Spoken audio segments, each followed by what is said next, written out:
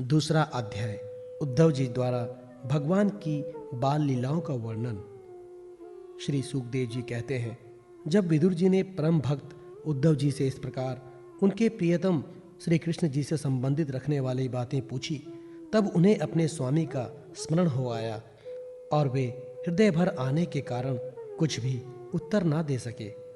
जब ये 5 वर्ष के थे, तब बालकों की तरह खेलने में ही श्री कृष्ण की मूर्ति बनाकर उनकी सेवा पूजा में ऐसे तन्मय हो जाते थे कि कलेबे के लिए माता के बुलाने पर उसे छोड़कर नहीं जाते थे। अब तो दीर्घ काल से उन्हीं की सेवा में रहते हैं। ये बूढ़े हो चले हैं, अतः विदुर जी के पूछने से उन्हें अपने प्यारे प्रभु के चरण कमलों का स्मरण हो आया। उनका चित्त विरह से व्याकुल हो गया। फिर वे कैसे उत्तर दे सकते थे। उद्धव जी श्री कृष्ण के चरणारविंद मकरंद सुधा से सरोवर होकर 2 घड़ी तक कुछ भी नहीं बोल सके। तीव्र भक्ति योग से उसमें डूबकर वे आनंद मग्न हो गए। उनके सारे शरीर में रोमांच हो आया तथा मुंदे हुए नेत्रों से प्रेम के आंसुओं की धारा बहने लगी। उद्धव जी को इस प्रकार प्रेम प्रवाह डूबे हुए देखकर विदुर जी ने उन्हें कृतकृत्य माना। कुछ समय बाद जब उद्धव जी भगवान के प्रेमाधाम से उतरकर पुनः धीरे धीरे संसार में आए, तब अपने नेत्रों को पोंछकर भगवत लीलाओं का स्मरण हो आने से विस्मित हो विदुर जी इस प्रकार कहने लगे। उद्धव जी बोले, विदुर जी, श्री कृष्ण रूप सूर्य के छिप जाने से हमारे घरों को काल रूप अजगर ने खा डाला है। वे श्रीहीन हो गए हैं। अब मैं उनकी क्या कुशलता सुनाऊं। ओह, ये मनुष्य लोक बड़ा ही अभागा है। इसमें भी यादव तो नितांत भाग्यहीन है, जिन्होंने निरंतर श्री कृष्ण के साथ रहते हुए भी उन्हें नहीं पहचाना। जिस तरह अमृतमय चंद्रमा के समुद्र में रहते समय मछलियां उन्हें नहीं पहचान सकी थी, यादव लोग मन के भाव को ताड़ने वाले बड़े समझदार और भगवान के साथ एक ही स्थान में रहकर क्रीड़ा करने वाले थे, तो अभी उन सब ने समस्त विश्व के आश्रय सर्वांतर अंतर्यामी श्री कृष्ण को एक श्रेष्ठ यादव ही समझा।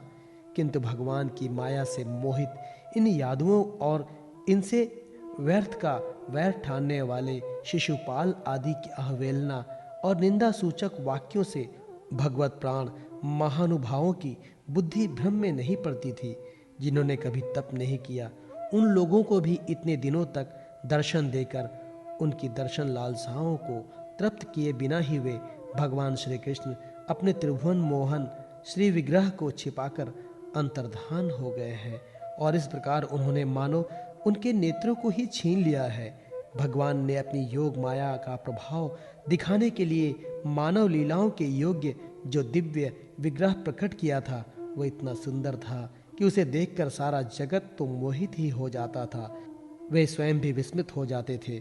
सौभाग्य और सुंदरता की पराकाष्ठा भी उसी रूप में थी। उससे आभूषण भी विभूषित हो जाते थे। धर्मराज युधिष्ठिर के राजसूय यज्ञ में जब भगवान के उस नयनाभिराम रूप पर लोगों की दृष्टि पड़ी थी, तब त्रिलोकी ने यही माना था कि मानव सृष्टि की रचना में विधाता की जितनी चतुराई है, सब इसी रूप में पूरी हो गई है। उनके प्रेम पूर्ण हास्य विनोद और लीलामय चितवन से सम्मानित होकर वज्रबालाओं की आंखें उन्हीं की ओर लग जाती थी। उनका चित्त भी ऐसा तल्लीन हो जाता था कि वे घर के काम धंधों को अधूरा ही छोड़कर जड़ पुतलियों की तरह खड़ी रह जाती थी। चराचर जगत और प्रकृति के स्वामी भगवान ने जब अपने शांत रूप महात्माओं को अपने ही घोर रूप असुरों से सताए जाते देखा, तब वे करुणा भाव से द्रवित हो गए और अजन्मा होने पर भी अपने अंश बलराम जी के साथ काष्ठ में अग्नि के समान प्रकट हुए। अजन्मा होकर भी वासुदेव जी के यहाँ जन्म लेने की लीला करना, सबको अभय देने वाले होने पर भी मानो कंस के भय से वज्र में जाकर छिप रहना, और अनंत पराक्रमी होने पर भी काल यवन के सामने मथुरापुरी को छोड़कर भाग जाना, भगवान की ये लीलाएं याद आ आकर मुझे बेचैन कर डालती हैं। उन्होंने जयदेव की वासुदेव की चरण वंदना करके कहा था, पिताजी, माताजी, कंस का बड़ा भय रहने के कारण मुझसे आपकी कोई सेवा न बन सकी, आप मेरे इस अपराध पर ध्यान न देकर मुझ पर प्रसन्न हो। श्री कृष्ण की ये बातें जब याद आती हैं तब आज भी मेरा मन चित्त अत्यंत व्यथित हो जाता है। जिन्होंने काल रूप अपने भरकुटी विलास से पृथ्वी का सारा भार उतार दिया था, उन श्री कृष्ण के पाद पद्म पराग का सेवन करने वाला ऐसा कौन पुरुष है जो उसे भूल सके। आप लोगों ने राजसूय यज्ञ में प्रत्यक्ष ही देखा था कि श्री कृष्ण द्वेष करने वाले शिशुपाल को वो सिद्धि मिल गई जिसकी बड़े बड़े योगी भली भांति योग साधना करके सप्ताह करते रहते हैं। उनका विरह भला कौन सह सकता है। शिशुपाल के ही समान महाभारत युद्ध में जिन दूसरे योद्धाओं ने अपनी आंखों से भगवान श्री कृष्ण के नयनाभिराम मुख कमल का मकरंद पान करते हुए अर्जुन के बाणों से बिंधकर प्राण त्याग दिए, वे पवित्र होकर सब के सब भगवान के पराधाम को प्राप्त हो गए। स्वयं भगवान श्री कृष्ण तीनों लोकों के अधीश्वर हैं, उनके समान भी कोई नहीं है, उनसे बढ़कर तो कौन होगा। वे अपने स्वतः सिद्ध ऐश्वर्य से ही सर्वदा पूर्ण काम है। इंद्रादि असंख्य लोकपालगण नाना प्रकार की भेंटें ला लाकर अपने अपने मुकुटों के अग्रभाग से उनके चरण रखने की चौकी को प्रणाम किया करते हैं। विदुर जी, वे ही भगवान श्री कृष्ण राज सिंहासन पर बैठे हुए उग्रसेन के सामने खड़े होकर निवेदन करते थे, देव हमारी प्रार्थना सुनिए। उनके इस सेवा भाव की याद आते ही हम जैसे सेवकों का चित्त अत्यंत व्यथित हो जाता है। पापिनी पूतना ने अपने स्तनों में हलाहल विष लगाकर श्री कृष्ण को मार डालने की नियत से उन्हें दूध पिलाया था। उसको भी भगवान ने वो परम गति दी थी जो धाय को मिलनी चाहिए। उस भगवान श्री कृष्ण के अतिरिक्त और कौन दयालु है जिसकी शरण ग्रहण करे।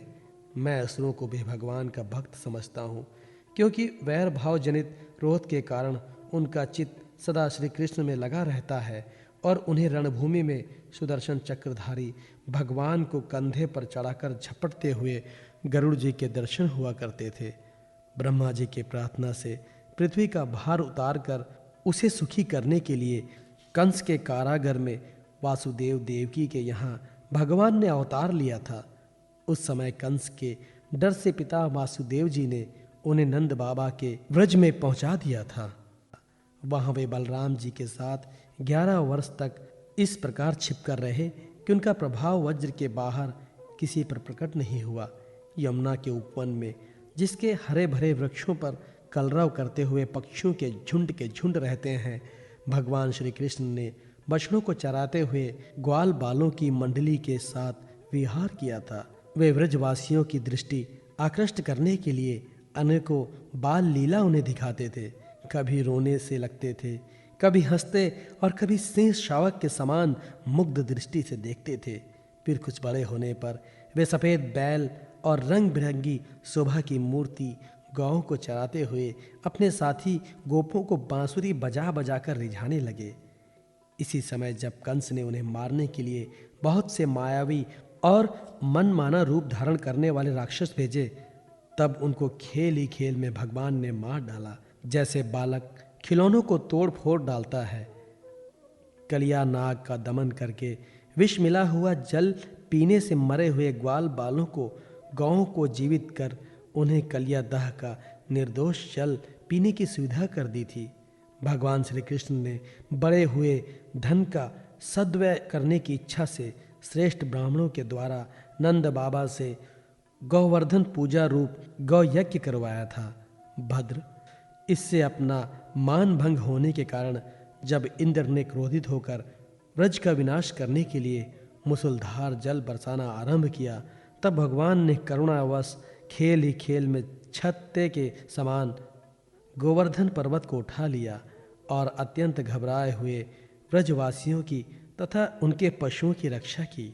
संध्या के समय जब सारे वृंदावन में शरद के चंद्रमा की चांदनी छिटक जाती, तब श्री कृष्ण उसका सम्मान करते हुए मधुर गान करते और गोपियों की मंडली की शोभा बढ़ाते हुए उनके साथ रस विहार करते थे। श्रीमद् भागवत 3 अध्याय, भगवान की अन्य लीला चरित्रों का वर्णन। उद्धव जी कहते हैं, इसके बाद श्री कृष्ण अपने माता पिता देवकी वासुदेव को सुख पहुंचाने की इच्छा से बलदेव जी के साथ मथुरा पधारे और उन्होंने शत्रु समुदाय के स्वामी कंस को ऊंचे सिंहासन से नीचे पटककर तथा उसके प्राण लेकर उसकी लाश को बड़े जोर से पृथ्वी पर घसीटा। सांदीपनी मुनि के द्वारा एक बार उच्चारण किए हुए संगोपांग वेद का अध्ययन करके दक्षिणा स्वरूप उनके मरे हुए पुत्र को पांचजन्य नामक राक्षस के पेट से लाकर दे दिया।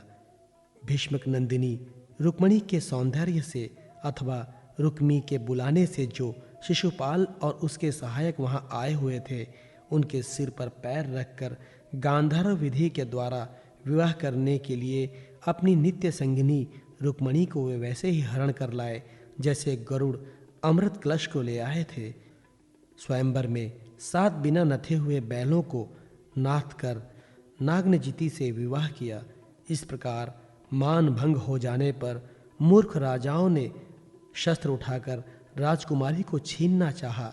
तब भगवान श्री कृष्ण ने स्वयं बिना घायल हुए अपने शस्त्रों से उन्हें मार डाला।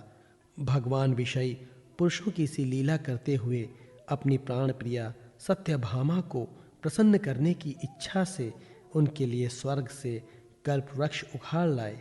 उस समय इंद्र ने क्रोध से अंधे होकर अपने सैनिकों सहित उन पर आक्रमण कर दिया, क्योंकि वो निश्चय ही अपनी स्त्रियों का कीड़ा मृग बना हुआ था।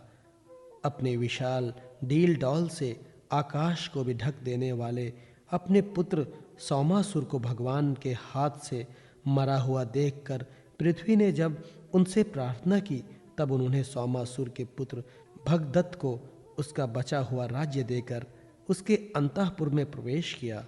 वहाँ सौमासुर द्वारा हार कर लाई हुई बहुत सी राज्य कन्याएं थी।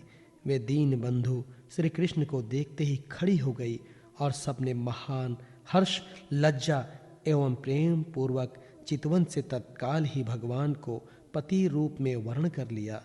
तब भगवान ने अपनी निशक्ति योग माया से उन ललनाओं के अनुरूप उतने ही रूप धारण कर उन सब का अलग अलग महलों में एक मुहूर्त में विधिवत पाणी ग्रहण किया। अपनी लीला का विस्तार करने के लिए उन्होंने उनमें से प्रत्येक के गर्भ से सभी गुणों में अपने ही समान 10-10 पुत्र उत्पन्न किए। जब काल, यमन, जरासंघ और शालो आदि ने अपनी सेनाओं से मथुरा और द्वारकापुरी को घेरा था, तब भगवान ने निज जनों को अपनी अलौकिक शक्ति देकर उन्हें स्वयं मरवाया था। शंबर, दिव्यविद, बाणासुर, मूर, बल्लव तथा दंतवक्त्र आदि अन्य योद्धाओं में से भी किसी को उन्होंने स्वयं मारा था और किसी को दूसरों से मरवाया था।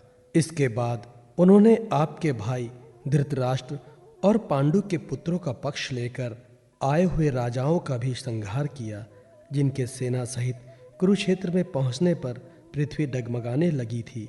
कर्ण, दुशासन और शकुनी की खोटी सलाह से जिसकी आयु और श्री दोनों नष्ट हो चुकी थी, तथा भीमसेन की गदा से जिसकी जांघ टूट चुकी थी, उस दुर्योधन को उनके साथियों के सहित पृथ्वी पर खड़ा देखकर भी उन्हें प्रसन्नता न हुई। वे सोचने लगे, यदि द्रोण, भीष्म, अर्जुन और भीमसेन के द्वारा इस 18 अक्षौहिणी सेना का विपुल संहार हो भी गया, तो इससे पृथ्वी का कितना भार हल्का हुआ। अभी तो मेरे अंश रूप प्रद्युम्न आदि के बल से बड़े हुए यादवों का दुस्साह दल बना ही हुआ है। जब वे मधुपान से मतवाले हो लाल लाल आंखें करके आपस में लड़ने लगेंगे, तब उससे ही उनका नाश होगा। इसके सिवा और कोई उपाय नहीं है। असल में मेरे संकल्प करने पर ये स्वयं ही अंतर्ध्यान हो जाएंगे।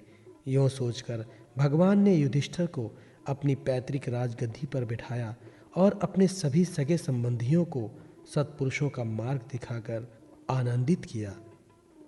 उत्तरा के उदर में जो अभिमन्यु ने पुरुवंश का बीज स्थापित किया था, वो भी अश्वत्थामा के ब्रह्म रूप से नष्ट हो चुका था, किंतु भगवान ने उसे बचा लिया। उन्होंने धर्मराज युधिष्ठिर से 3 अश्वमेघ यज्ञ करवाए और वे श्री कृष्ण के अनुगामी होकर अपने छोटे भाइयों की सहायता से पृथ्वी की रक्षा करते हुए बड़े आनंद से रहने लगे। विश्व आत्मा श्री भगवान भी द्वारिका में रहकर लोक और वेद की मर्यादा का पालन करते हुए सब प्रकार के भोग भोगे, किंतु संख्या योग की स्थापना करने के लिए उनमें अभी आसक्त नहीं हुआ। मधुर मुस्कान, स्नेहमयी चितवन, सुधामयी वाणी, निर्मल चरित्र तथा समस्त शोभा और सुंदरता के निवास अपने श्री विग्रह से लोक परलोक और वैशस्त्या यादवों को आनंदित किया तथा रात्रि में अपनी प्रियाओं के साथ क्षणिक अनुराग युक्त होकर सामयोचित विहार किया तथा इस प्रकार उन्हें भी सुख दिया। इस तरह बहुत वर्षों तक विहार करते करते उन्हें ग्रस्त आश्रम संबंधी भोग सामग्रियों से वैराग्य हो गया। ये भोग सामग्रियां ईश्वर के अधीन हैं और जीव भी उन्हीं के अधीन है। जब योगेश्वर भगवान श्री कृष्ण को ही उनसे वैराग्य हो गया, तब भक्ति योग के द्वारा उनका अनुगमन करने वाला भक्त उन पर विश्वास कैसे करेगा। एक बार द्वारिकापुरी में खेलते हुए यदुवंशी और भोजवंशी बालकों ने खेल खेल में कुछ मुनीश्वरों को चिढ़ा दिया। तब यादव कुल का नाश ही भगवान को अभिष्ट है, ये समझकर उन ऋषियों ने बालकों को शाप दे दिया। इससे कुछ ही महीने बाद भाविवश वृष्णि, भोज और अंधकवंशी यादव बड़े हर्ष से रथों पर चढ़कर प्रभास क्षेत्र को गए। वहां स्नान करके उन्होंने उस तीर्थ के जल से पितर, देवता और ऋषियों का तर्पण किया तथा ब्राह्मणों को श्रेष्ठ गौएं दी। उन्होंने सोना, चांदी, शैया, वस्त्र, मृगचर्म, कंबल, पालकी, रथ, हाथी, कन्याएं और ऐसी भूमि जिससे जीविका चल सके तथा नाना प्रकार के सरस अन्न भी भगवद अर्पण करके ब्राह्मणों को दिए। इसके पश्चात गौ और ब्राह्मणों के लिए प्राण धारण करने वाले उन वीरों ने पृथ्वी पर सिर टेक कर उन्हें प्रणाम किया। चौथा अध्याय। उद्धव जी से विदा होकर विदुर जी का मैत्रेय ऋषि के पास जाना। उद्धव जी ने कहा, फिर ब्राह्मणों की आज्ञा पाकर यादवों ने भोजन किया और वरुणी मदिरा पी। उससे उनका ज्ञान नष्ट हो गया और वे दुर्वचनों से एक दूसरे के हृदय को चोट पहुंचाने लगे। मदिरा के नशे से उनकी बुद्धि बिगड़ गई और जैसे आपस की रगड़ से बांसों में आग लग जाती है, उसी प्रकार सूर्यास्त होते होते उनमें मार काट होने लगी। भगवान अपनी माया की उस विचित्र गति को देखकर सरस्वती के जल से आचमन करके एक वृक्ष के नीचे बैठ गए। इससे पहले ही शरणागतों का दुख दूर करने वाले भगवान श्री कृष्ण ने अपने कुल का संहार करने की इच्छा होने पर मुझसे कह दिया था कि तुम बद्रिकाश्रम चले जाओ। विदुर जी, इससे यद्यपि मैं उनका आशय समझ गया था, तो भी स्वामी के चरणों का वियोग न सह सकने के कारण मैं उनके पीछे पीछे प्रभास क्षेत्र में पहुंच गया। वहां मैंने देखा कि जो सबके आश्रय हैं किंतु जिनका कोई आश्रय नहीं है, वे प्रियतम प्रभु शोभा धाम श्याम सुंदर सरस्वती के तट पर अकेले ही बैठे हैं। दिव्य विशुद्ध सत्वमय अत्यंत सुंदर श्याम शरीर है, शांति से भरी रत्नारी आंखें हैं। उनकी चार भुजाएं और रेशमी पीतांबर देखकर मैंने उनको दूर से ही पहचान लिया। वे एक पीपल के छोटे से वृक्ष का सहारा लेकर बाईं जांघ पर दायां चरण कमल रखे बैठे थे। भोजन पान का त्याग कर देने पर भी वे आनंद से प्रफुल्लित हो रहे थे। इसी समय व्यास जी के प्रिय मित्र परम भगवान सिद्ध मैत्रेय जी लोकों में स्वच्छंद विचारते हुए वहां आ पहुँचे। मैत्रेय मुनि भगवान के अनुरागी भक्त हैं। आनंद और भक्ति भाव से उनकी गर्दन झुक रही थी। उनके सामने ही श्री हरि प्रेम एवं मुस्कान युक्त चितवन से मुझे आनंदित करते हुए कहा। श्री भगवान कहने लगे, मैं तुम्हारी आंतरिक अभिलाषा जानता हूँ, इसलिए मैं तुम्हें वो साधन देता हूँ जो दूसरों के लिए अत्यंत दुर्लभ है। उद्धव, तुम पूर्व जन्म में वसु थे। विश्व की रचना करने वाले प्रजापतियों और वसुओं के यज्ञ में मुझे पाने की इच्छा से तुमने मेरी आराधना की थी। साधु स्वभाव उद्धव, संसार में तुम्हारा ये अंतिम जन्म है, क्योंकि इसमें तुमने मेरा अनुग्रह प्राप्त कर लिया है। अब मैं मृत्युलोक को छोड़कर अपने धाम में जाना चाहता हूँ। इस समय यहाँ एकांत में तुमने अपनी अनन्य भक्ति के कारण ही मेरा दर्शन पाया है। ये बड़े सौभाग्य की बात है। पूर्व काल में पद्म कल्प के आरंभ में मैंने अपने नाभि कमल पर बैठे हुए ब्रह्मा को अपनी महिमा के प्रकट करने वाले जिस श्रेष्ठ ज्ञान का उपदेश किया था और जिसे विवेकी लोग भगवत कहते हैं, वही मैं तुम्हें देता हूँ। विदुर जी, मुझ पर तो प्रतिक्षण उन परम पुरुष की कृपा बरसा करती थी। उस समय उनके इस प्रकार आदर पूर्वक कहने से स्नेहवश मुझे रोमांच हो आया।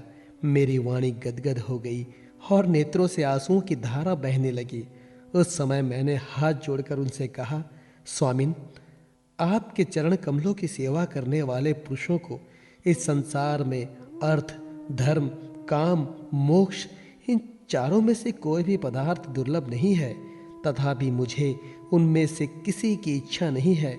मैं तो केवल आपके चरण कमलों की सेवा के लिए ही लालायत रहता हूँ।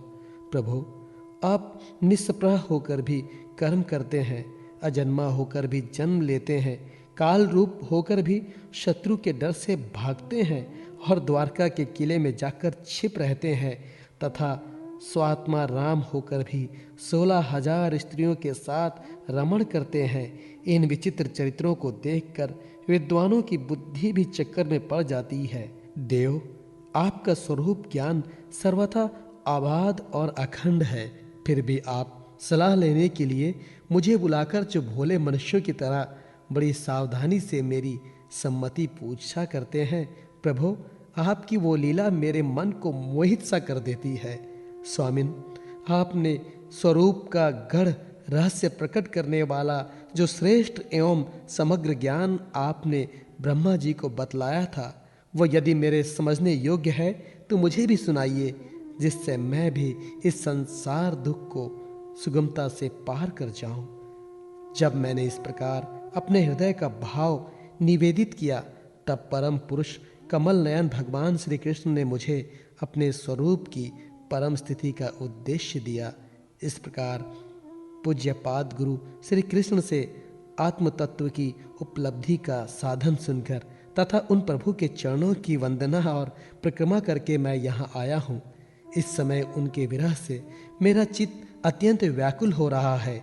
विदुर जी, पहले तो उनके दर्शन पाकर मुझे आनंद हुआ था, किंतु अब तो मेरे हृदय को उनकी विरह व्यथा अत्यंत पीड़ित कर रही है। अब मैं उनके प्रिय क्षेत्र बद्री आश्रम को जा रहा हूँ। वहाँ भगवान श्री नारायण और नर, ये दोनों ऋषि लोगों पर अनुग्रह करने के लिए दीर्घकालीन सौम्य, दूसरों को सुख पहुँचाने वाली एवं कठिन तपस्या कर रहे हैं। श्री शुकदेव जी कहते हैं, इस प्रकार उद्धव जी के मुख से अपने प्रिय बंधुओं के विनाश का असह समाचार सुनकर परम ज्ञानी विदुर जी को जो शोक उत्पन्न हुआ, उसे उन्होंने ज्ञान द्वारा शांत कर दिया। जब भगवान श्री कृष्ण के परिकरों में प्रधान महाभागवत उद्धव जी बद्रिका आश्रम की ओर जाने लगे, तब कुरुश्रेष्ठ विदुर जी ने श्रद्धापूर्वक उनसे पूछा। विदुर जी ने कहा, उद्धव जी, योगेश्वर भगवान श्री कृष्ण ने अपने स्वरूप के गूढ़ रहस्यों को प्रकट करने वाले जो परम ज्ञान आपसे कहा था, वो आप हमें भी सुनाइए, क्योंकि भगवान के सेवक तो आपके सेवकों का कार्य सिद्ध करने के लिए ही विचरा करते हैं। उद्धव जी ने कहा, उस तत्व ज्ञान के लिए आपको मुनिवर मैत्री जी की सेवा करनी चाहिए। इस मृत्यु लोक को छोड़ते समय मेरे सामने स्वयं भगवान ने ही आपको उपदेश करने के लिए उन्हें आज्ञा दी थी। श्री शुकदेव जी कहने लगे, इस प्रकार विदुर जी के साथ विश्वमूर्ति भगवान श्री कृष्ण के गुणों की चर्चा होने से उस कथामृत के द्वारा उद्धव जी का वियोग जनित महान ताप शांत हो गया। यमुना जी के तीर पर उनकी वो रात्रि एक क्षण के समान बीत गई। फिर प्रातःकाल होते ही वे वहाँ से चल दिए। राजा परीक्षित ने पूछा, भगवान, वृष्णिकुल और भोजवंश के सभी रथी और यूथपतियों के भी यूथपति नष्ट हो गए थे, यहाँ तक कि त्रिलोकीनाथ श्री हरि को भी अपना वो रूप छोड़ना पड़ा था। फिर सबके मुखिया उद्धव जी ही कैसे बचे रहे? श्री शुकदेव जी ने कहा, जिनकी इच्छा कभी व्यर्थ नहीं होती, उन श्री हरि ने ब्राह्मणों के श्राप रूप काल के बहाने अपने कुल का संहार कर अपने श्री विग्रह को त्यागते समय विचार किया, अब इस लोक से मेरे चले जाने पर स्वयं शिरोमणि उद्धव ही मेरे ज्ञान को ग्रहण करने के सच्चे अधिकारी हैं। उद्धव मुझसे अणुमात्र भी कम नहीं है, क्योंकि वे आत्मजयी हैं, विषयों से कभी विचलित नहीं हुए। अतः लोगों को मेरे ज्ञान की शिक्षा देते हुए वे यहीं रहे। वेदों के मूल कारण जगत गुरु श्री कृष्ण के इस प्रकार आज्ञा देने पर उद्धव जी बद्रिकाश्रम में जाकर समाधि योग द्वारा श्री हरि की आराधना करने लगे। कुरुक्षेत्र परीक्षित परमात्मा श्री कृष्ण ने लीला से ही अपना श्री विग्रह प्रकट किया था और लीला से ही उसे अंतर्ध्यान कर दिया। उनका वो अंतर्धान होना भी धीर पुरुषों का उत्साह बढ़ाने वाला तथा दूसरे पशु तुल्य अधीर पुरुषों के लिए अत्यंत दुष्कर था। परम भगवान उद्धव जी के मुख से उनके प्रशंसनीय कर्म और इस प्रकार अंतर्धान होने का समाचार पाकर तथा ये जानकर कि भगवान ने परम धाम जाते समय मुझे भी स्मरण किया था, विदुर जी उद्धव जी के चले जाने पर प्रेम से विह्वल होकर रोने लगे। उसके पश्चात सिद्ध शिरोमणि विदुर जी यमुना तट से चलकर कुछ दिनों में गंगा जी के किनारे जा पहुँचे, जहाँ श्री मैत्रेय जी रहते थे। 5वां अध्याय विदुर जी का प्रश्न और मैत्रेय जी का सृष्टि क्रम वर्णन। श्री शुकदेव जी कहते हैं, परम ज्ञानी मैत्रेय मुनि हरिद्वार क्षेत्र में विराजमान थे। भगवत भक्ति से शुद्ध हुए हृदय वाले विदुर जी उनके पास जा पहुँचे और उनके साधु स्वभाव से अप्यायित होकर उन्होंने पूछा। विदुर जी ने कहा, भगवान, संसार में सब लोग सुख के लिए कर्म करते हैं, परंतु उनसे ना तो उन्हें सुख ही मिलता है और ना ही उनका दुख ही दूर होता है, बल्कि उससे भी उनके दुख की वृद्धि होती है। अतः इस विषय में क्या करना उचित है, यह आप मुझे कृपा करके बतलाइए। जो लोग दुर्भाग्यवश भगवान श्री कृष्ण से विमुख, अधर्म परायण और अत्यंत दुखी हैं, उन पर कृपा करने के लिए ही आप जैसे भाग्यशाली भगवत भक्त संसार में विचरा करते हैं। साधु शिरोमणि, आप मुझे उस शांतिप्रद साधन का उपदेश दीजिए जिसके अनुसार आराधना करने से अपने भक्तों के भक्तिपूत हृदय में आकर विराजमान हो जाते हैं और अपने स्वरूप का अप्रोक्ष अनुभव कराने वाला सनातन ज्ञान प्रदान करते हैं। त्रिलोकी के नियंता और परम स्वतंत्र श्री हरि अवतार लेकर जो लीलाएं करते हैं, जिस प्रकार अकर्ता होकर भी उन्होंने कल्प के आरंभ में इस सृष्टि की रचना की, जिस प्रकार इसे स्थापित कर वे जगत के जीवों की जीविका का विधान करते हैं, फिर जिस प्रकार उसे अपने हृदय काश में लीन कर वृत्ति शून्य हो योग माया का आश्रय लेकर शयन करते हैं, और जिस प्रकार वे योगेश्वर प्रभु एक होने पर भी उस ब्रह्मांड में अंतर्यामी रूप से अनुपृष्ट होकर अनेक रूपों में प्रकट होते हैं, वो सब रहस्य आप हमें समझाइए। ब्राह्मण, गौ और देवताओं के कल्याण के लिए जो अनेकों अवतार धारण करके लीला से नाना प्रकार के दिव्य कर्म करते हैं, वे भी हमें सुनाइए। यशस्वियों के मुकुटमणि श्री हरि लीलामृत का पान करते करते हमारा मन तृप्त नहीं होता। हमें ये भी सुनाइए कि उस समस्त लोकपतियों के स्वामी श्री हरि ने उन लोकों, लोकपालों और लोक पर्वत से बाहर के भागों को, जिनमें ये सब प्रकार के प्राणियों के अधिकार अनुसार भिन्न भिन्न भेद प्रतीत हो रहे हैं, किन तत्वों से रचा है। द्विजवर, उन विश्वकर्ता स्वयंभू श्री नारायण ने अपनी प्रजा के स्वभाव, कर्म, रूप और नामों के भेद की किस प्रकार रचना की है। भगवान, मैंने श्री व्यास जी के मुख से ऊंच नीच वर्णों के धर्म तो कई बार सुने हैं, किंतु अब श्री कृष्णामृत के प्रवाह को छोड़कर अन्य स्वल्प सुखदायक धर्मों से मेरा चित्त उब गया है। उन तीर्थपाद श्री हरि के गुणानुवाद से तृप्त हो भी कौन सकता है। उनका तो नारद आदि महात्मा गण भी आप जैसे साधुओं के समाज में कीर्तन करते हैं, तथा जब वे मनुष्यों के कर्णार आंध्रों में प्रवेश करते हैं, तब उनकी संसार चक्र में डालने वाली घर गृहस्थी आसक्ति को काट डालते हैं। भगवान, आपके सखा मुनिवर कृष्ण द्वैपायन ने भी भगवान के गुणों का वर्णन करने की इच्छा से महाभारत रचा है, उसमें भी विषय सुखों का उल्लेख करते हुए मनुष्यों की बुद्धि को भगवान की कथाओं की ओर लगाने का ही प्रयत्न किया है। ये भगवत कथा की रुचि श्रद्धालु पुरुष के हृदय में जब बढ़ने लगती है, तब अन्य विषयों से उसे विरक्त कर देती है। वो भगवत चरणों के निरंतर चिंतन से आनंद मग्न हो जाता है और उस पुरुष के सभी दुखों का तत्काल अंत हो जाता है। मुझे तो उन सोचनीयों के भी सोचनीय अज्ञानी पुरुषों के लिए निरंतर खेद रहता है जो अपने पीछे पापों के कारण श्री हरि कथाओं से विमुक्त रहते हैं। हाय, काल भगवान उनके अमूल्य जीवन को काट रहे हैं और वे वाणी, देह और मन से व्यर्थ वाद विवाद, व्यर्थ चेष्टा और व्यर्थ चिंता में लगे रहते हैं। मैत्रेय जी, आप दीनों पर कृपा करने वाले हैं, अतः भौरा जैसे फूलों में से रस निकाल लेता है, उसी प्रकार इन लौकिक कथाओं में से उनकी सारभूता परम कल्याणकारी पवित्र कीर्ति श्री हरि की कथाएं छांटकर हमारे कल्याण के लिए सुनाइए। उन सर्वेश्वर ने संसार की उत्पत्ति, स्थिति और संहार करने के लिए अपने माया शक्ति को स्वीकार कर रामकृष्ण की अवतारों के द्वारा जो अनेकों अलौकिक लीलाएं की हैं, वे सब मुझे सुनाइए। श्री शुकदेव जी कहते हैं, जब विदुर जी ने जीवों के कल्याण के लिए इस प्रकार प्रश्न किया, तब तो मुनि श्रेष्ठ भगवान मैत्रेय जी ने उनकी बहुत बड़ाई करते हुए यों कहा।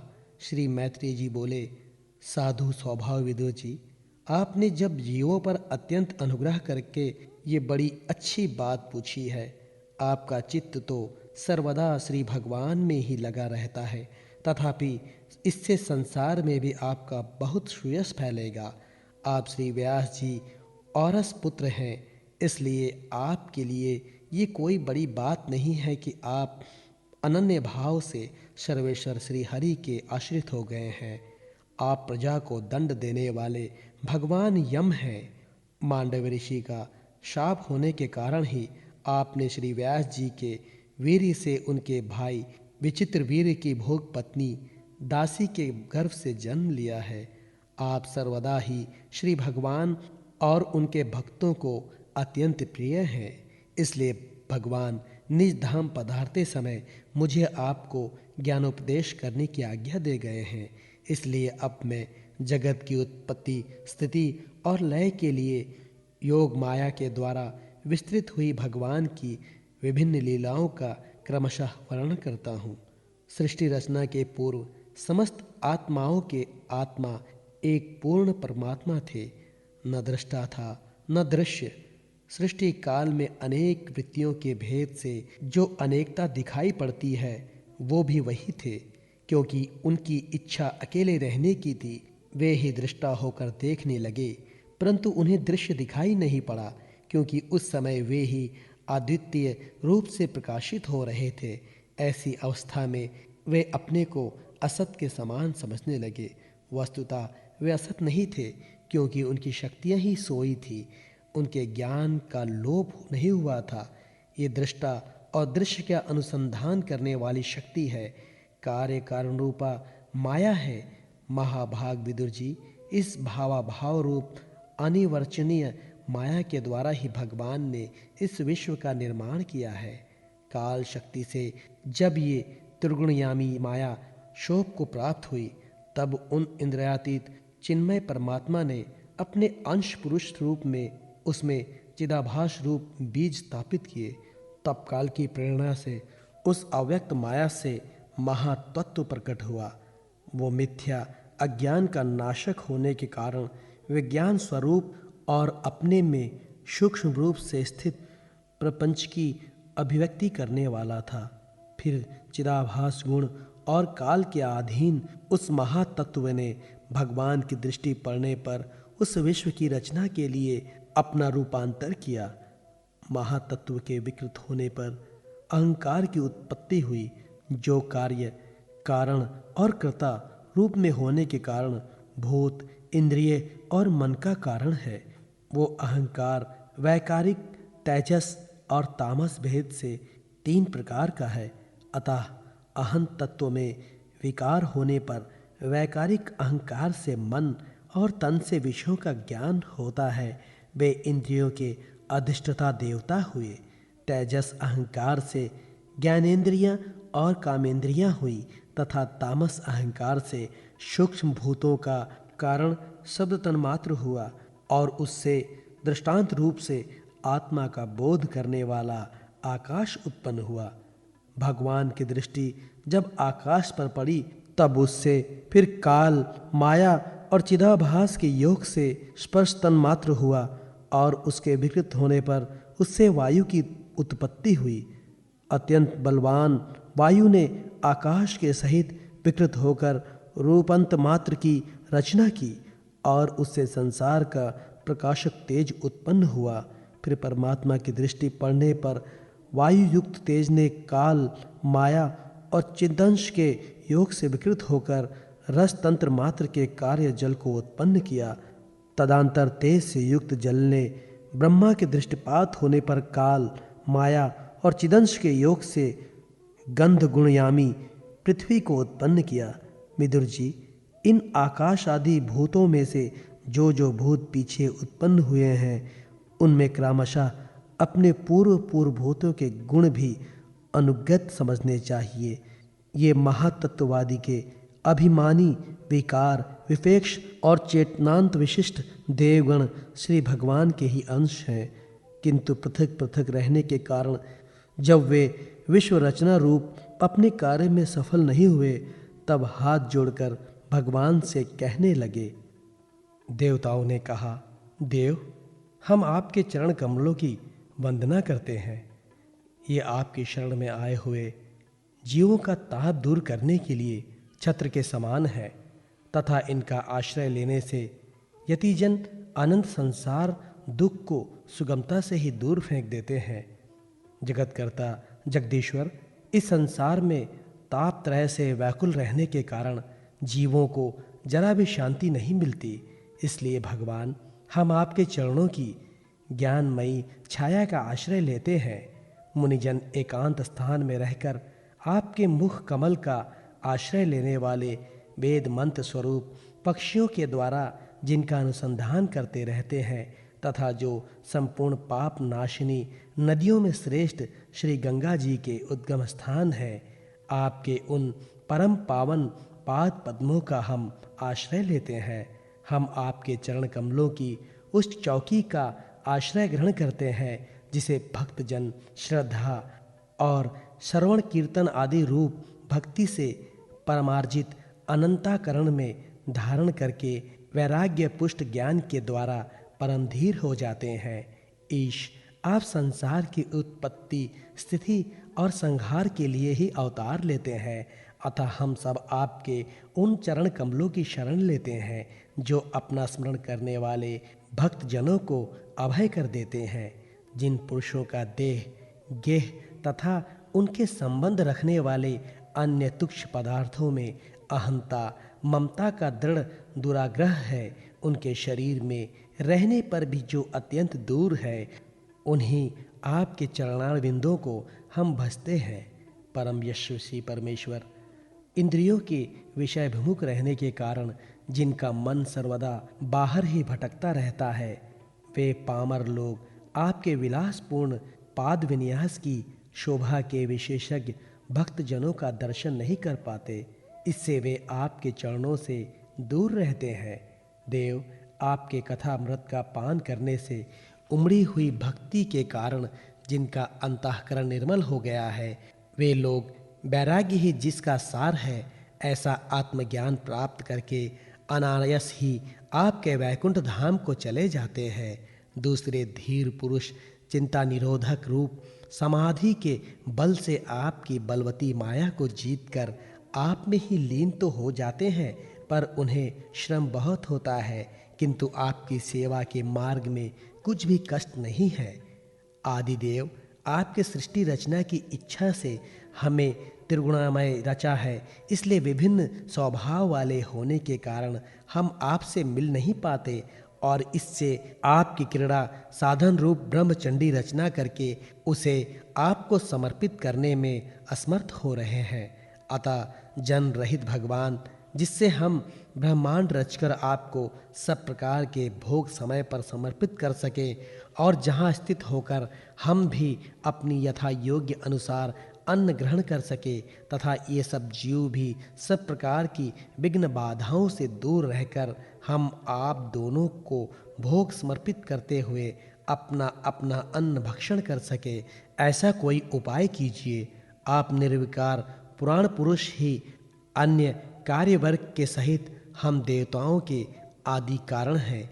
देव, पहले आप अजन्मा ही ने सत्वादि गुण और जन्मादि कर्मों की करुणा रूपा माया शक्ति में चिदाभास रूप वीर्य स्थापित किया था।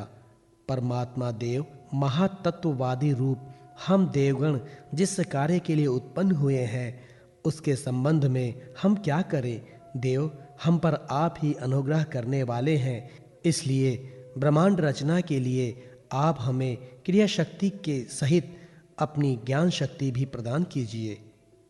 छठा अध्याय, विराट शरीर की उत्पत्ति।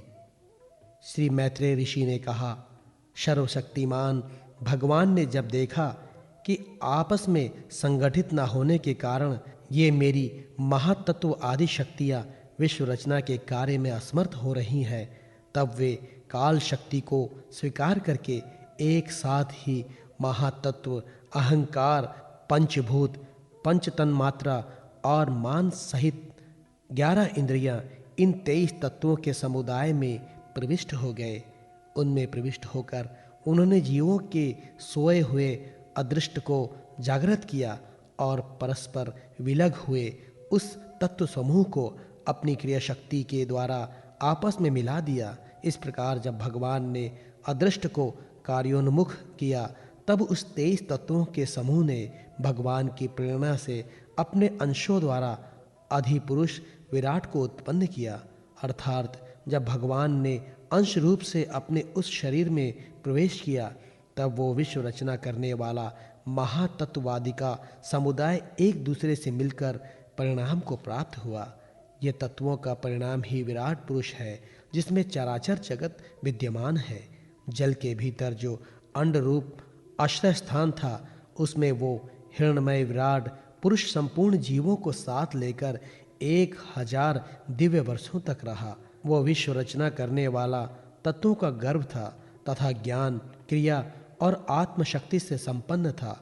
इन शक्तियों से उसने स्वयं अपने क्रमशः 1, 10 और 3 विभाग किए। ये विराट पुरुष ही प्रथम जीव होने के कारण समस्त जीवों का आत्मा, जीव रूप होने के कारण परमात्मा अंश और प्रथम अभिव्यक्त होने के कारण भगवान का आदि अवतार है। यह संपूर्ण भूत समुदाय इसमें प्रकाशित होता है। यह आध्यात्म, अधिभूत और आदि देह रूप से 3 प्रकार का, प्राण रूप से 10 प्रकार का और हृदय रूप से 1 प्रकार का है। फिर विश्व की रचना करने वाले महातत्ववादी के अधिपति श्री भगवान ने उनकी प्रार्थना को स्मरण कर उनकी वृत्तियों को जगाने के लिए अपने चेतन रूप तेज से उस विराट पुरुष को प्रकाशित किया, उसे जगाया। उसके जागृत होते ही देवताओं के लिए कितने स्थान प्रकट हुए, ये मैं बतलाता हूँ, सुनो। विराट पुरुष के पहले मुख प्रकट हुआ, उसमें लोकपाल अग्नि अपने अंश वागिनिद्रिया के समेत प्रविष्ट हो गया, जिससे ये जीव बोलता है।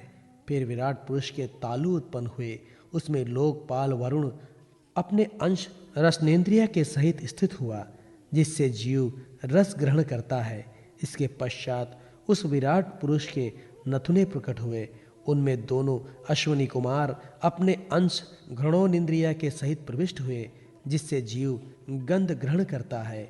इसी प्रकार जब उस विराट देह में आंखें प्रकट हुई, तब उनमें अपने अंश नेत्रेंद्रिया के सहित लोकपति सूर्य ने प्रवेश किया, जिससे नेत्रेंद्रिया से पुरुष को विविध रूपों का ज्ञान होता है। फिर उस विराट विग्रह में त्वचा उत्पन्न हुई, उसमें अपने अंश त्यागेंद्रिया के सहित वायु स्थित हुआ, जिस त्यागेंद्रिया से जीव स्पर्श का अनुभव करता है। जब उसके कर्ण छिद्र प्रकट हुए, तब उनमें अपने अंश सर्वेंद्रिया के सहित दिशाओं ने प्रवेश किया, जिस सर्वेंद्रिया से जीवों को शब्द का ज्ञान होता है। फिर विराट शरीर में चर्म उत्पन्न हुआ, उसमें अपने अंश रोमों के सहित औषधियाँ उत्पन्न हुई, जिन रोमों से जीव खुजली आदि को अनुभव करता है। अब उसके लिंग उत्पन्न हुए। अपने इस आश्रय में प्रजापति ने अपने अंश वीर्य के सहित प्रवेश किया, जिससे जीव आनंद का अनुभव करता है। फिर विराट पुरुष के गुदा प्रकट हुआ, इसमें लोकपाल मित्र ने अपने अंश पायु इंद्रिय के सहित प्रवेश किया, इससे जीव मल त्याग करता है। इसके पश्चात उसके हाथ प्रकट हुए, उनमें अपनी ग्रहण त्याग रूपा शक्ति के सहित देवराज इंद्र ने प्रवेश किया। इस शक्ति से जीव अपनी जीविका प्राप्त करता है। जब उसके चरण उत्पन्न हुए, तब उनमें अपनी शक्ति गति के सहित लोकेश्वर विष्णु ने प्रवेश किया। इस गति शक्ति द्वारा जीव अपने गंतव्य स्थान पहुँचता है। फिर उसके बुद्धि उत्पन्न हुए, अपने इस स्थान में अपने अंश बुद्धि शक्ति के साथ वाक्पति ब्रह्मा ने प्रवेश किया। इस बुद्धि शक्ति से जीव ज्ञात विषयों को जान सकता है। फिर इसमें हृदय प्रकट हुआ, उसमें अपने अंश मन के सहित चंद्रमा स्थित हुए। इस मन शक्ति के द्वारा जीव संकल्प विकल्प आदि रूप विकारों को प्राप्त होता है। तत्पश्चात विराट पुरुष में अहंकार उत्पन्न हुआ। इस अपने आश्रय में क्रिया शक्ति सहित अभिमान रुद्र ने प्रवेश किया, इससे जीव अपने कर्तव्य को स्वीकार करता है। अब इसमें चित्त प्रकट हुआ, इसमें चित्त शक्ति के साथ महत्व ब्रह्मा स्थित हुआ। इस चित्त शक्ति से जीव विज्ञान को उपलब्ध करता है। इस विराट पुरुष के सिर से स्वर्गलोक, पैरों से पृथ्वी और नाभि से अंतरिक्ष उत्पन्न हुआ। उनमें क्रमशः सत्व, रज और तम, इन तीन गुणों के परिणाम स्वरूप देवता, मनुष्य और प्रेत आदि देखे जाते हैं। इनमें देवता लोग सतत्व गुणी अधिकता के कारण स्वर्गलोक में, मनुष्य और उनके उपयोगी गौ आदि जीव रोजा गुण की प्रधानता के कारण पृथ्वी में, तथा तमोगुणी स्वभाव वाले होने से रुद्र के पार्षदगण भूत प्रेत आदि दोनों के बीच में स्थित भगवान के नाभि स्थानीय अंतरिक्ष लोक में रहते हैं। विदुर जी, वेद और ब्रह्मा भगवान के मुख से प्रकट हुए।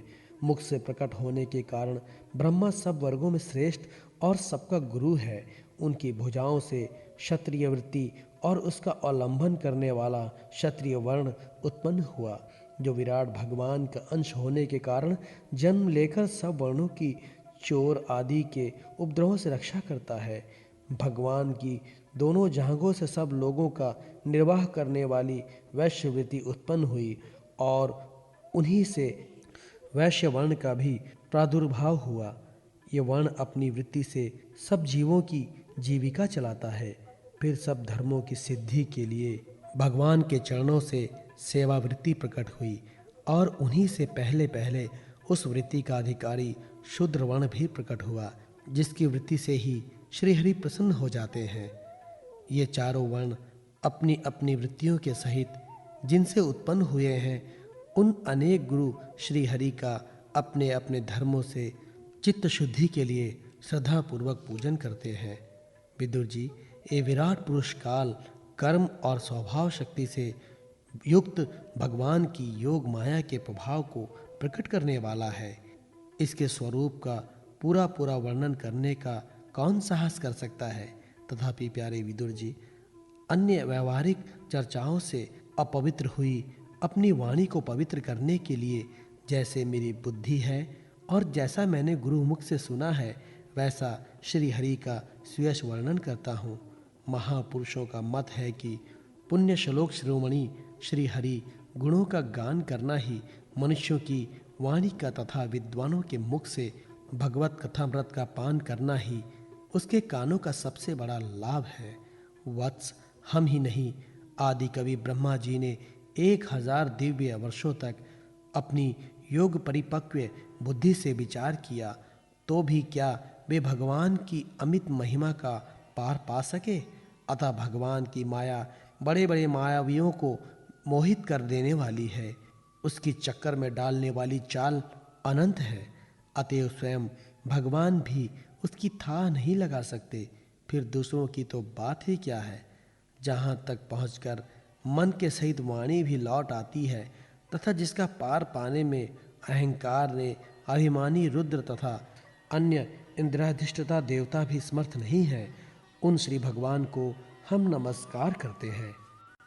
7वां अध्याय। विदुर जी के प्रश्न। श्री शुकदेव जी कहते हैं, मैत्रेय जी का यह भाषण सुनकर बुद्धिमान व्यास नंदन विदुर जी ने उन्हें अपनी वाणी से प्रसन्न करते हुए कहा। विदुर जी ने पूछा, ब्राह्मण, भगवान तो शुद्ध बोध स्वरूप निर्विकार और निर्गुण है, उनके साथ लीला से भी गुण और क्रिया का संबंध कैसे हो सकता है? बालक में तो कामना और दूसरों के साथ खेलने की इच्छा रहती है, इससे वो खेलने के लिए प्रयत्न करता है, किंतु भगवान तो स्वतः नित्य तृप्ता, पूर्ण काम और सर्वदा असंग है।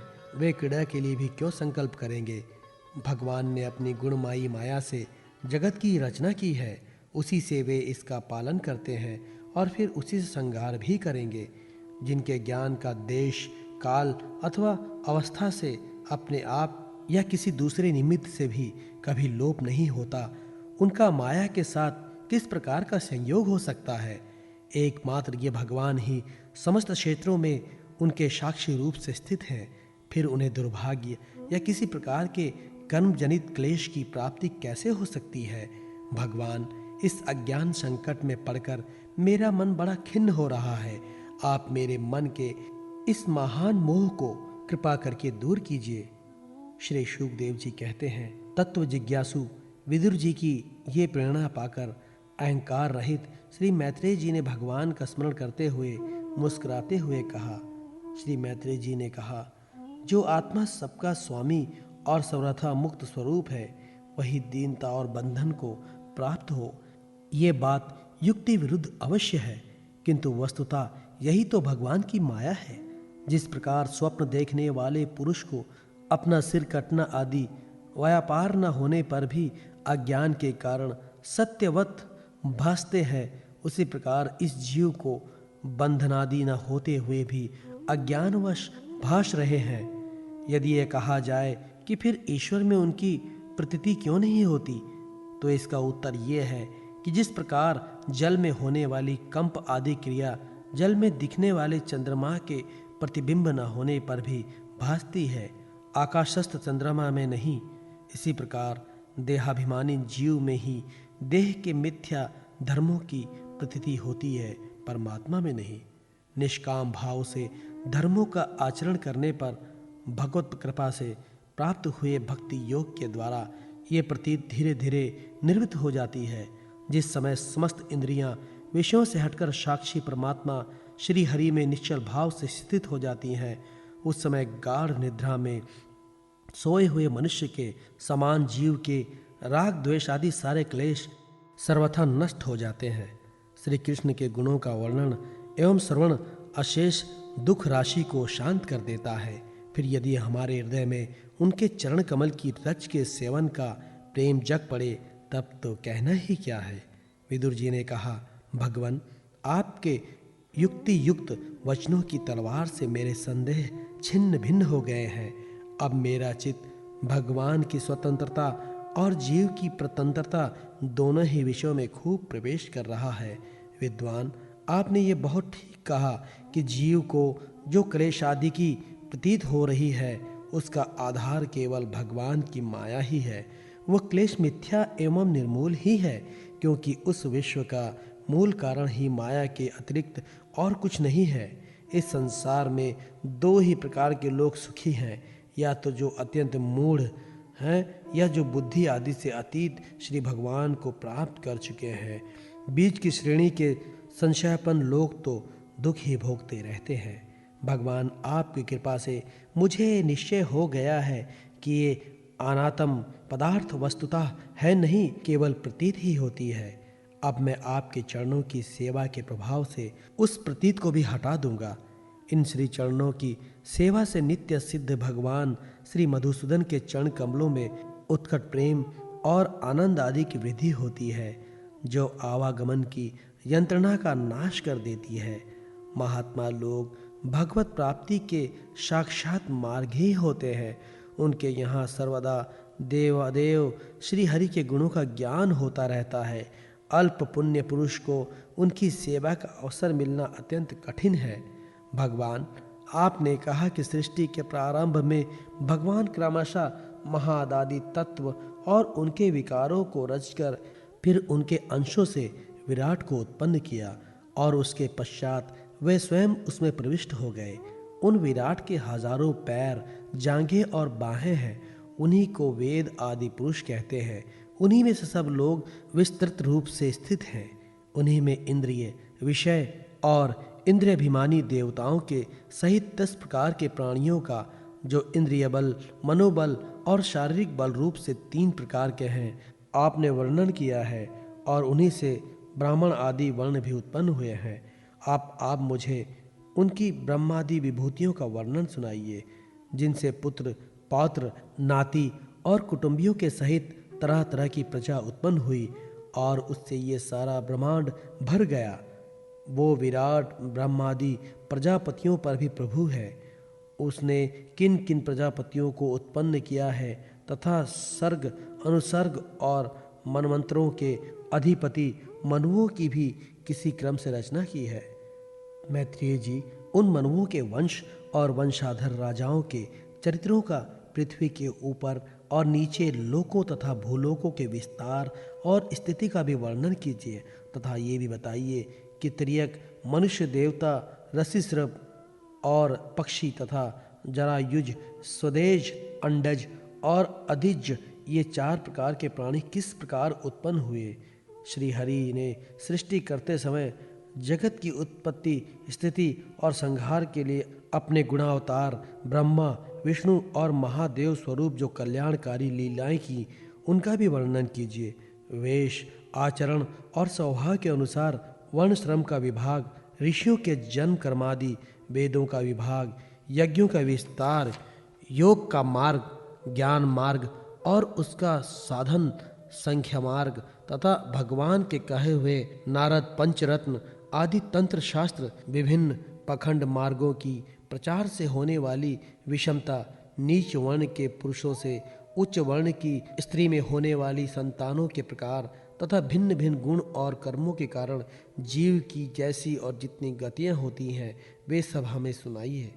ब्राह्मण, धर्म, अर्थ, काम और मोक्ष की प्राप्ति के परस्पर अविरोध साधनों का, वाणिज्य, दंड नीति और शस्त्र श्रवण की विधियों का, श्राद्ध की विधि का, पितृगणों की सृष्टि का तथा काल चक्र में ग्रह, नक्षत्र और तारागण की स्थिति का भी अलग अलग वर्णन कीजिए। दान, तप तथा इष्ट और पूर्त कर्मों का क्या फल है। प्रवास और आपत्ति के समय मनुष्य का क्या धर्म होता है। निष्पाप मैत्रेय जी, धर्म के मूल कारण श्री जनार्दन भगवान किस आचरण से संतुष्ट होते हैं और किन पर अनुग्रह करते हैं, ये वर्णन कीजिए। द्विजवर, दीन वत्सल गुरुजन अपने अनुगत शिष्यों और पुत्रों को बिना पूछे भी उनके हित की बात बतला दिया करते हैं।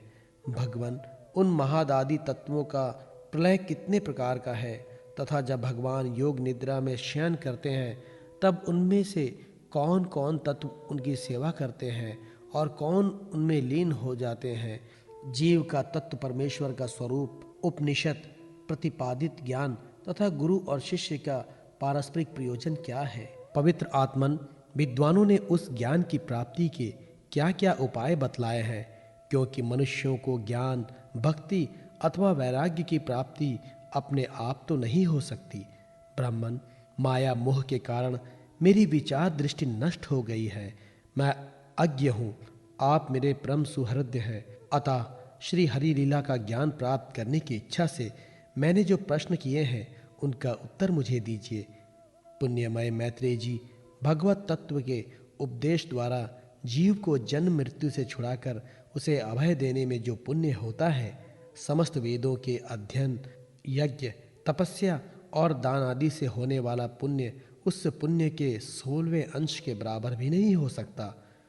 श्री शुकदेव जी ने कहा, राजन, जब कुरुश्रेष्ठ विदुर जी ने मुनिवर मैत्रेय जी से इस प्रकार पुराण विषय का प्रश्न किया, तब भगवत चर्चा के लिए प्रेरित किए जाने के कारण वे बड़े प्रसन्न हुए और मुस्कुराकर उनसे कहने लगे,